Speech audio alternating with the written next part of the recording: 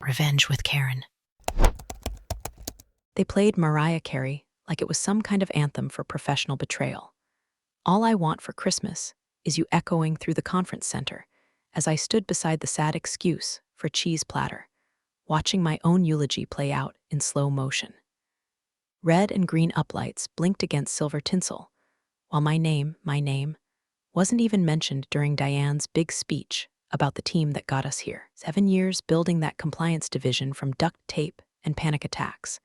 And suddenly, I was the ghost of Christmas past. I sipped my ginger ale like it was whiskey, letting the burn of the carbonation distract from the frostbite of being ignored. Marcus, Diane's golden boy, was making the rounds with his crooked little smile and startup bro energy, double-fisting eggnogs like he earned this celebration. Every laugh from the interns sounded like a shovel full of dirt onto my grave. I was still on payroll, technically. But in the last 3 weeks, I'd been left off 6 meetings, locked out of 3 systems, and watched my budget get reassigned for strategic agility. That's corporate for, you're screwed, but we're not brave enough to say it to your face. And Diane, my old colleague turned CEO, wouldn't even make eye contact. She stood near the bar with a flute of champagne, all icy poise and botoxed indifference, acting like we hadn't shared late-night panic calls during regulatory deadlines, like I hadn't covered for her when she forgot to renew the SOC2 license in 2019. Her entire career pivot happened because I kept the ship afloat. Now she acted like I was gum on her Prada heel. I wasn't surprised, not really. The acquisition had changed everything. New investors, new egos, new narratives to justify the gutting of the old guard. They wanted lean. And by lean, they meant young, cheap, and dumb enough not to know what liability looks like when it's wearing designer heels. My department had become the sacrificial lamb. One by one, my team got reassigned, streamlined, or restructured. I stayed silent, documented everything.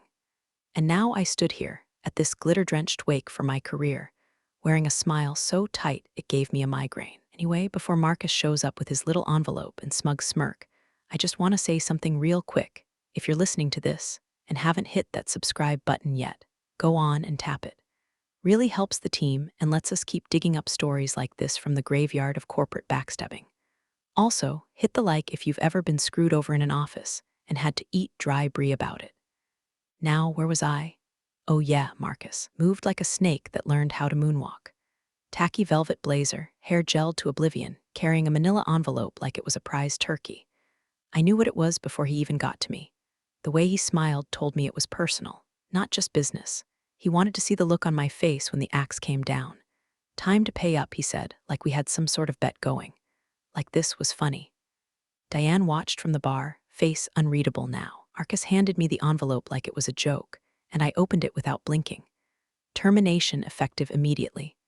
No severance. Legal boilerplate, signed off by Diane, witnessed by their high-powered outside counsel, Jeff something with his Rolex and reptile eyes, pretending to sip cider while watching me for signs of a meltdown. But I gave them nothing. I smiled. I reached into my purse and pulled out a single sealed envelope. White. Thicker than it looked. Handed it directly to Jeff. "Merry Christmas," I said. He frowned, confused, took it. I turned on my heel and walked out of the party, out into the cold. Snow was just starting to fall. I didn't look back, didn't have to. I'd already pulled the pin. They just didn't know it yet. Marcus had the swagger of a man who thought he'd just solved world hunger with a PowerPoint. He strutted across the room like a peacock who'd swallowed the org chart, holding that manila envelope like it contained the Ark of the Covenant instead of my termination. "Hey, Kathryn," he said, voice syrupy sweet with condescension. "Time to pay up." I almost laughed. The line was rehearsed, like he'd practiced it in front of a mirror with his Bluetooth in, pretending to be the Wolf of Wall Street. Behind him, Diane watched with her arms folded, lips curled into the kind of smile you give when someone else cleans up your mess for you. She looked like the villain in a Hallmark Christmas movie right before she gets hit by a karma snowplow. I didn't flinch, didn't blink. I took the envelope, opened it, scanned the words like they weren't already etched into my spine. "This letter serves as formal notice, blah, blah, blah. Effective immediately, sure. No severance due to cause cute." Cause being whatever Marcus and Diane conjured out of thin air, probably insubordination or inability to align with leadership vision. Translation: you remembered too much and kept too many receipts.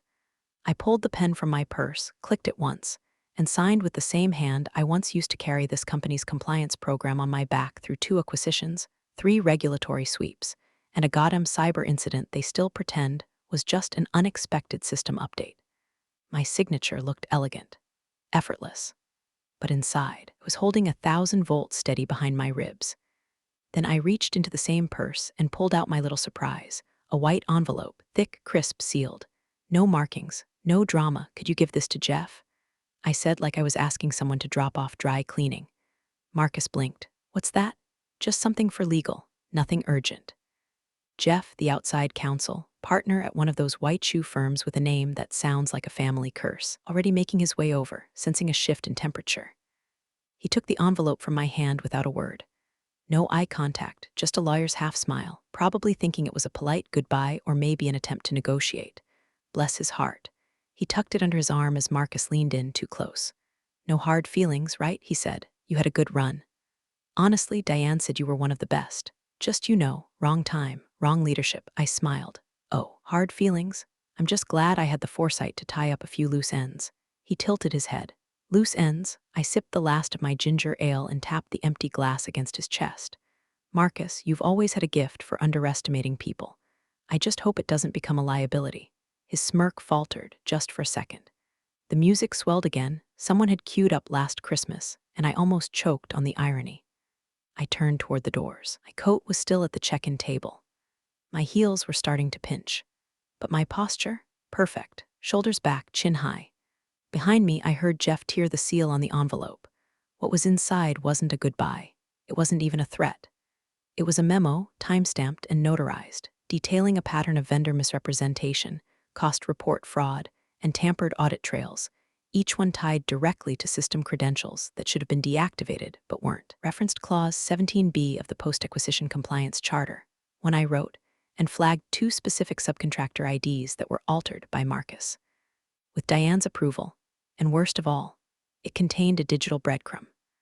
One that activated a kill switch protocol the second my termination was finalized.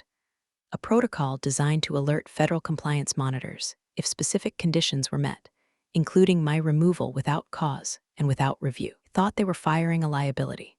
They just fired the fuse. The air outside hit like a slap, not cold, cleansing, the kind of cold that strips away illusion. I stood in the parking lot under the LED reindeer blinking dumbly on the office roof, the muffled pulse of bass and champagne-fueled laughter still leaking through the walls behind me. Inside, they were toasting a year of transformation.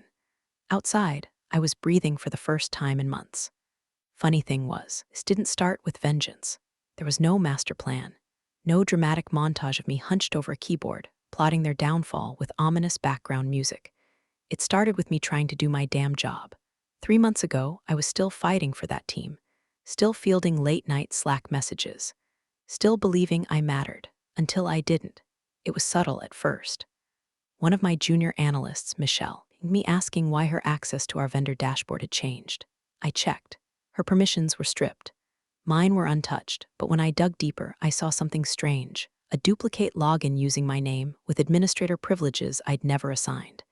At first, I thought it was an error, a system hiccup, but the hiccup had a pattern. A subcontractor folder I flagged for revision the week before, gone, replaced by a cleaner version, one that excluded the compliance notes I'd left, and the signature on the latest cost report, Diane's, signed electronically, but tied to a file that had Marcus's fingerprints all over it. Metadata doesn't lie, not if you know where to look. I documented it, quietly, screenshot, backup, external hard drive, timestamp. I didn't scream, I didn't report, I knew better. HR had been replaced with a smiling blonde named Kelsey, who thought noncompliance was a brand of yoga leggings. I knew if I went through internal channels, I'd be labeled paranoid, emotional, maybe even unstable, so I played it safe, played it quiet. I started consulting an attorney on the side, not one of those billboard 1 to 800 gotcha types, but a real one. Someone who used to work in procurement fraud at the federal level. Told her everything. She listened. She didn't blink. And she told me one thing I never forgot: don't stop them. Just document the fall, so I did. Every file Marcus touched, every change Diane approved, every bypass sign-off. I created a personal audit trail so tight it could hang someone. and I embedded something special. A clause we'd built years ago, Clause 17B, a safety net meant to protect the company in case of external corruption. It worked both ways. If triggered under certain conditions, like internal tampering, falsified vendor reports, or illegal reassignment of compliance oversight, it would automatically notify our third-party monitor, and legal, and the board. But it only worked if it came from the right credentials, so I made sure those credentials remained mine. Even as I was being pushed out, I never let them fully lock me out. They thought they were clever, assigning responsibilities behind my back, copying dashboards, giving Marcus learning opportunities that just so happened to look a lot like my job. But they never understood the bones of the system. I'd built them. They painted over the walls. I owned the blueprints. It wasn't personal, not then. It was protection. My insurance policy. My quiet rebellion against the erasure I felt crawling toward me like mold in the walls. I didn't want to destroy anyone. Then Marcus smiled.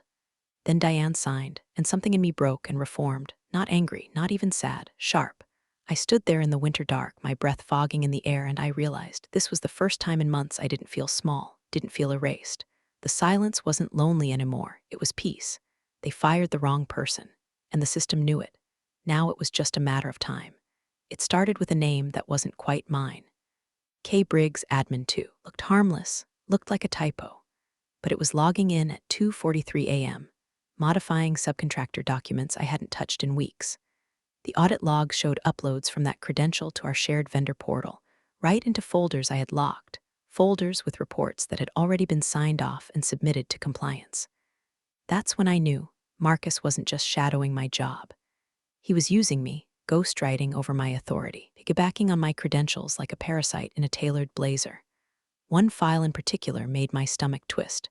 A report from a security vendor we'd flagged months earlier for inconsistent time card reporting. They'd padded hours on 3 contracts, all federal. That meant taxpayer money. That meant prison if anyone cared enough to prosecute. I'd written the internal escalation myself, marked it do not approve until verified. Yet here it was, uploaded, stripped of all my notes, with Diane's signature digitally stamped at the bottom. I pulled the metadata. It wasn't just removed, it was replaced, erased like I'd never written it. And Diane, she knew, had to. You don't sign a 7-figure cost certification blind, especially not one tied to a federal subcontractor. I didn't cry. I didn't rage. I cataloged every document edit, every duplicate login, every backdated upload and falsified certification, mirrored the server on an encrypted drive, isolated a copy of the old report versions in an offline vault, created redundancies, cloud backups under anonymous aliases. My plan wasn't to drop a bomb. It was to rig the wires and wait. Clause 17B was never meant to be used like this. We'd written it back when the company was still honest, when leadership believed in protecting the integrity of vendor data. It was a kill switch built into our compliance charter. Any internal stakeholder was improperly terminated, especially someone tied to active oversight of federal contracts. And if that termination occurred without documented justification, the system was programmed to flag it as a liability risk and push the alert to the independent monitor. But it was dormant, useless unless someone tripped the criteria, so I made sure they would. I didn't just sit on the evidence, I built the mechanism. I worked late, after hours, using the old reporting system I'd helped design before Marcus even knew how to spell subcontractor. I wrote the logic chain myself. Termination plus credential tampering plus active vendor discrepancy equals trigger event. And then I tied it to my admin key. If I got fired and they tried to cover it up, tried to wipe my name from the record, like they were already doing, it would light up every warning system we had. The monitor, the board, contract audit logs, even the legal firm on retainer that Diane bragged about hiring to make us bulletproof. Turns out, bullets still hurt when they come from the inside. I hid the tripwire under layers of normalcy, named it something boring, quarterly vendor compliance digest Rev 3, buried in a file path that only I used. Every time the report updated, it ran a silent check. And every time someone touched the flagged vendors or altered my credential logs, added a tick, 3 ticks, that's what it needed. By the time the holiday party came around, it had 6. And when Diane signed off on my termination letter, without cause, without review, she gave it the final signal. They didn't know it yet, but the moment I handed that sealed envelope to Jeff, it was already too late. I didn't plan to go nuclear. but they set the charges. I just did the wiring. Focused rage is quiet. It doesn't scream or break things. It sits, waits, documents, encrypts, and then it pulls the thread that unravels everything. Marcus was halfway through a speech no one asked for, gripping the mic like it was his Oscar moment. "You know," he said, flashing that smug grin, "this company is like family. And sometimes, well, sometimes family changes." He looked right at me when he said it, like I was the ex-wife in a divorce he just won in arbitration. A few people clapped, mostly the newer hires who didn't know any better.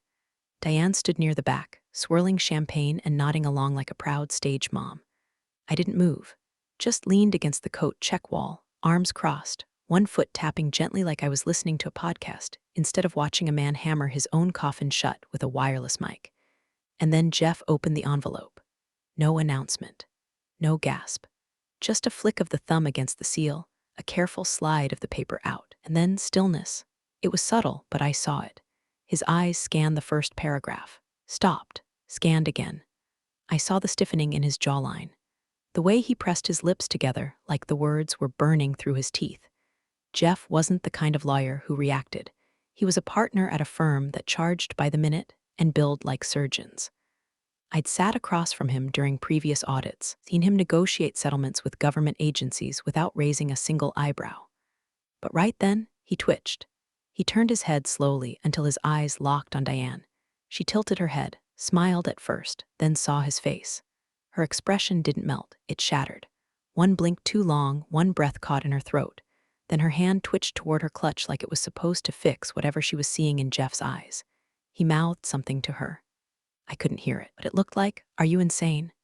Diane took one step forward, then froze, as if realizing too late that she was on the wrong end of a very quiet, very expensive problem. Jeff turned, walked briskly, too briskly, across the ballroom, past the faux snow machine and the photo booth where interns were giggling in Santa hats. He didn't excuse himself from the conversation he'd been in. He just left it behind like it never mattered. The envelope, still in his hand, folded tight against his chest. He passed me on the way out, didn't look at me, didn't speak, but his free hand went into his coat pocket and pulled out his phone. By the time the front door swung shut behind him, he was already dialing. Diane followed. Not immediately, she waited maybe 20 seconds, like that would somehow make it seem less desperate. But her heels were faster than they should have been. Her champagne went untouched on the table behind her. Marcus was still talking.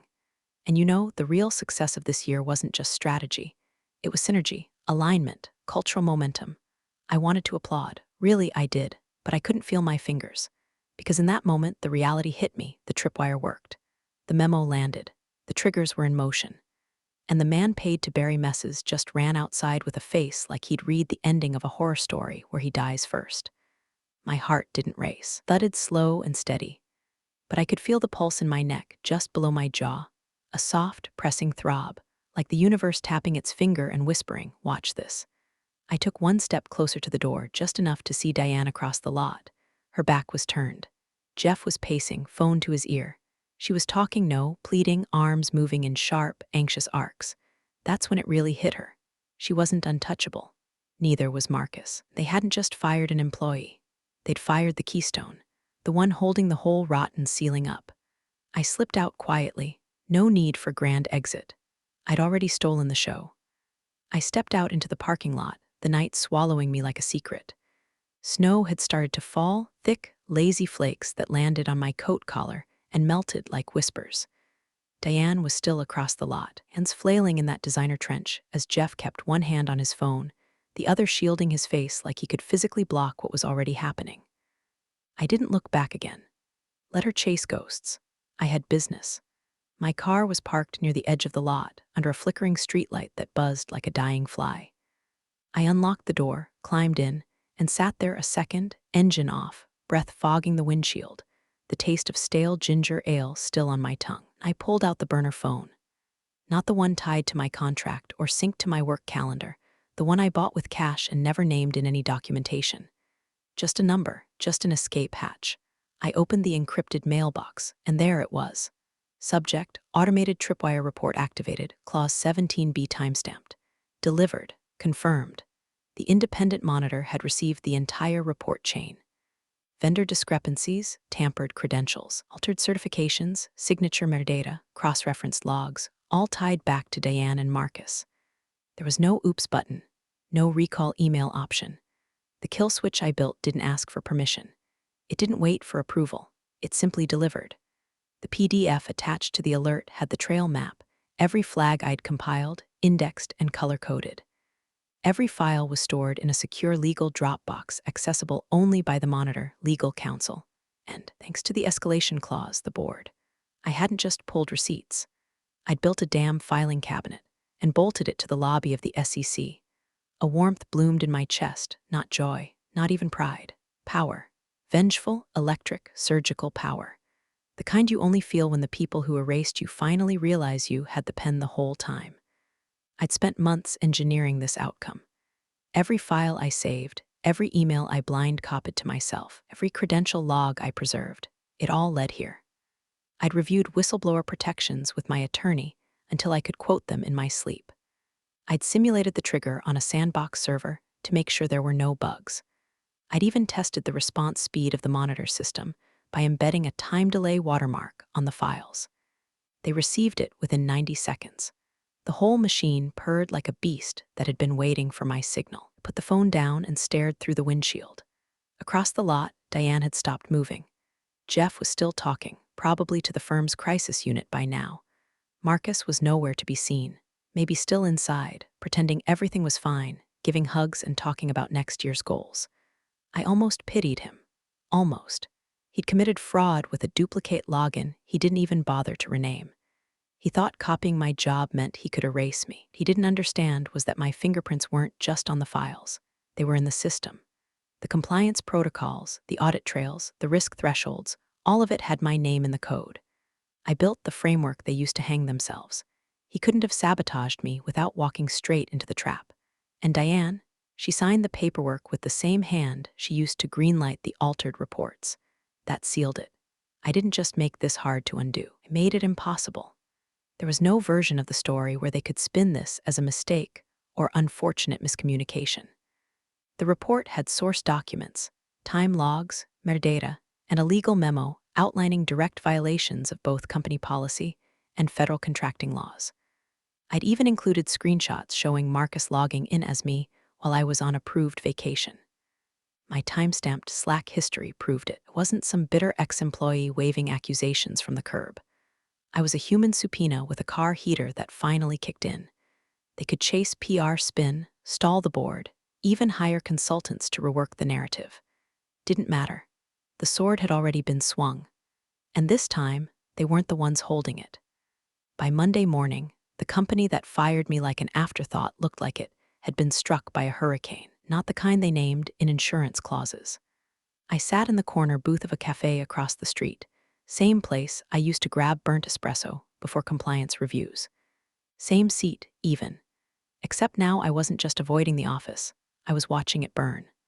From my perch, I had a perfect view of the revolving glass doors that hadn't stopped spinning since 8 a.m.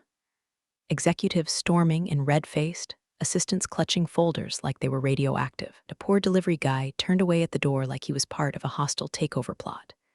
The front desk had a security guard I didn't recognize, extra muscle, probably rented from some emergency staffing firm that specializes in PR triage and disaster optics.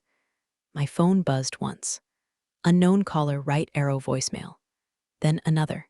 Kelsey, HR. Hi, Kathryn. Hope you're doing well. Just a quick note. You be available today or tomorrow for a brief clarification chat about your exit documentation. Nothing urgent. Nothing urgent, huh? That's rich, considering they hit the eject button on me like I was a liability, and now suddenly needed me to explain their paperwork. I sipped my coffee, bitterness perfect. Next came the real update, my attorney Trina.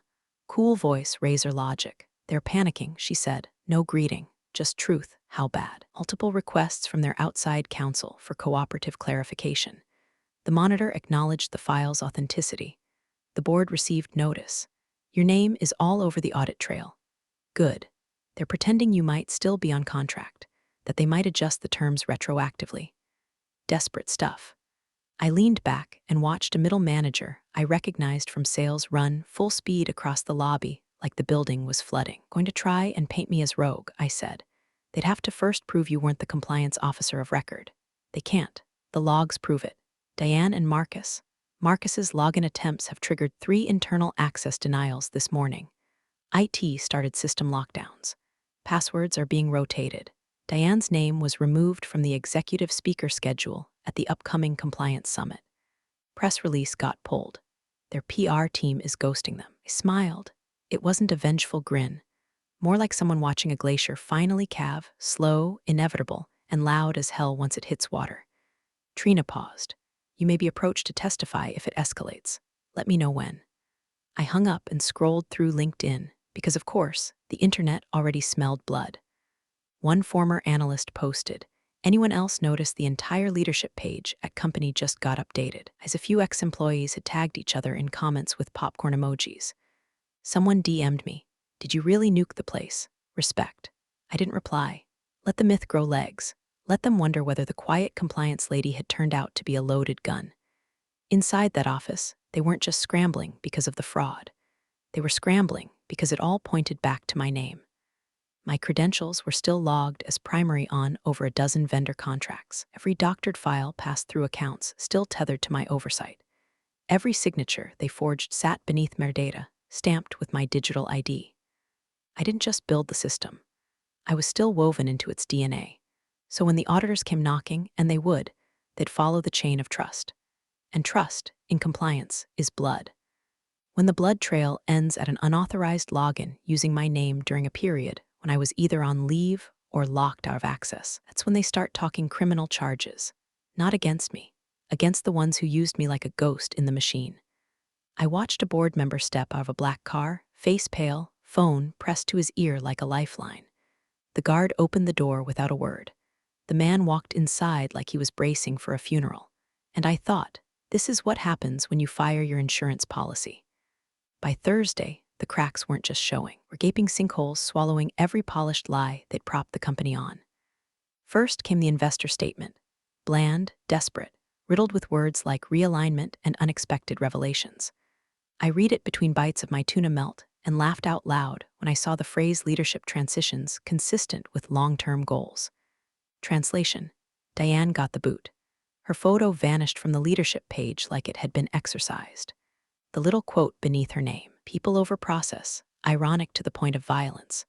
Marcus's bio disappeared too, though his removal was quieter. No press statement, no farewell, just 404 not found.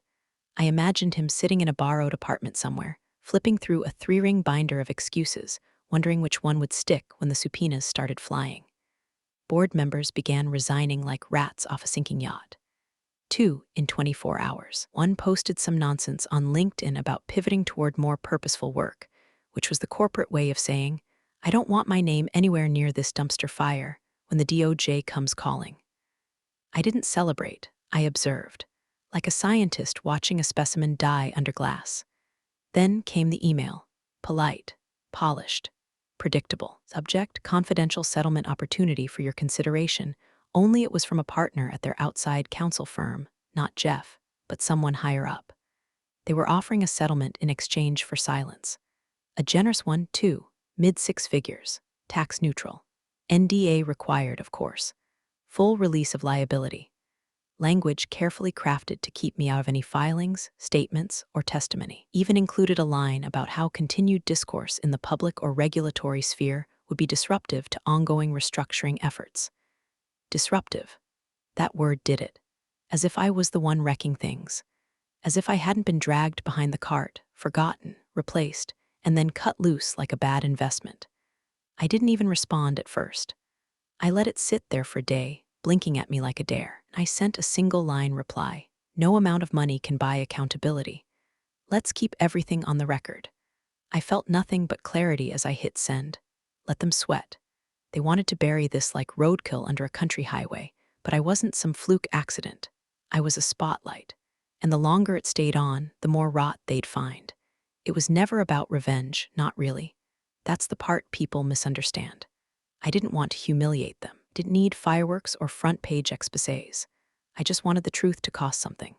I wanted every executive who looked the other way to remember my name every time they clicked approve on a file they didn't read. I didn't ask for a platform, But now that I had one, I wasn't stepping down from it just because they tossed me a check with hush money stinking up the ink. My attorney called that night. "You sure about this? It's a clean offer." "I'm not interested in clean," I said. "I'm interested in consequences." Silence on the line, then a quiet laugh. "Damn, Kathryn." By Friday, Diane was seen leaving the building with a banker's box and a face that looked like it had seen a ghost, and maybe she had. Maybe it finally hit her that the person she fired under twinkling lights and Motown covers wasn't just a liability on legs. I was the insurance policy, the firewall, the historian of everything they did wrong and thought no one noticed. I wasn't erasing anything. Not for them, not for peace, not for money. Truth, after all, doesn't expire just because it makes you uncomfortable. It accumulates. The ballroom was quieter than I expected. Not funeral quiet, respect quiet. The kind that hangs in the air after a revelation so heavy it leaves the whole room slightly tilted. It was the annual Regulatory and Compliance Oversight Summit, 4 words that used to make me want a fake food poisoning just to avoid the tedium. But this year I sat in the front row. My badge just said K, Briggs Consultant. No fanfare, no title, no company name. But that changed about 20 minutes in.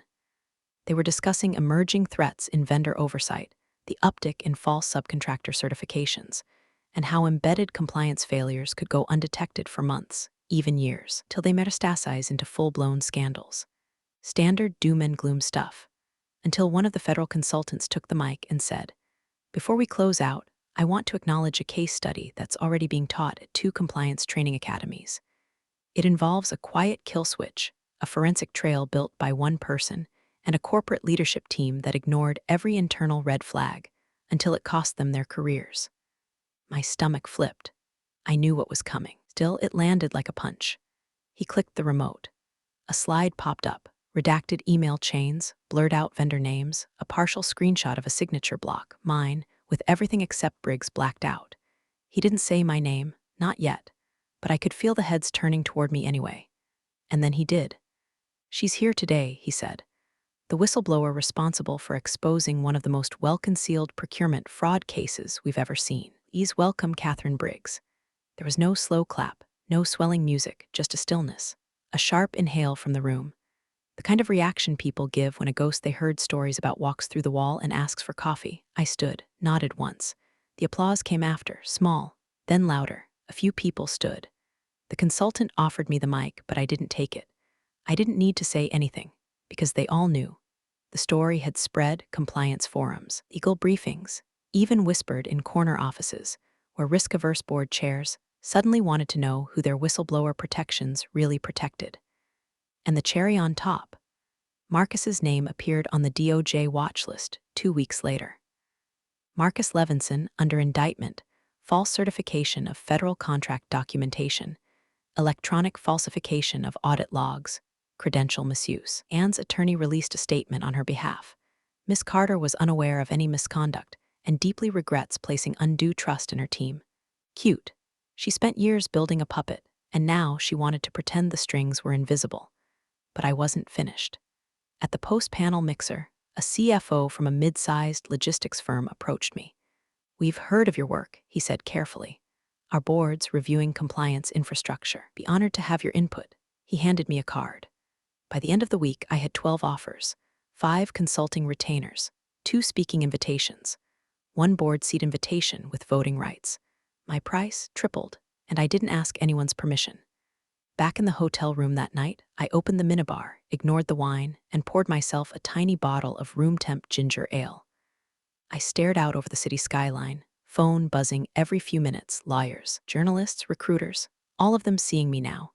Not as an afterthought, not as the woman who kept things tidy and got erased when the egos got too big, but as the one who left the building on a snowy night with a sealed envelope and the entire house of cards already tilting. I took a sip and smiled. "You should have paid me what I was worth," I said to no one. Then I looked at the inbox full of offers and whispered, "Now you'll pay 10 times that." Thanks for joining the fun, you office survivors. Subscribe for more switch-flicking drama. Let's make your former coworkers sweat.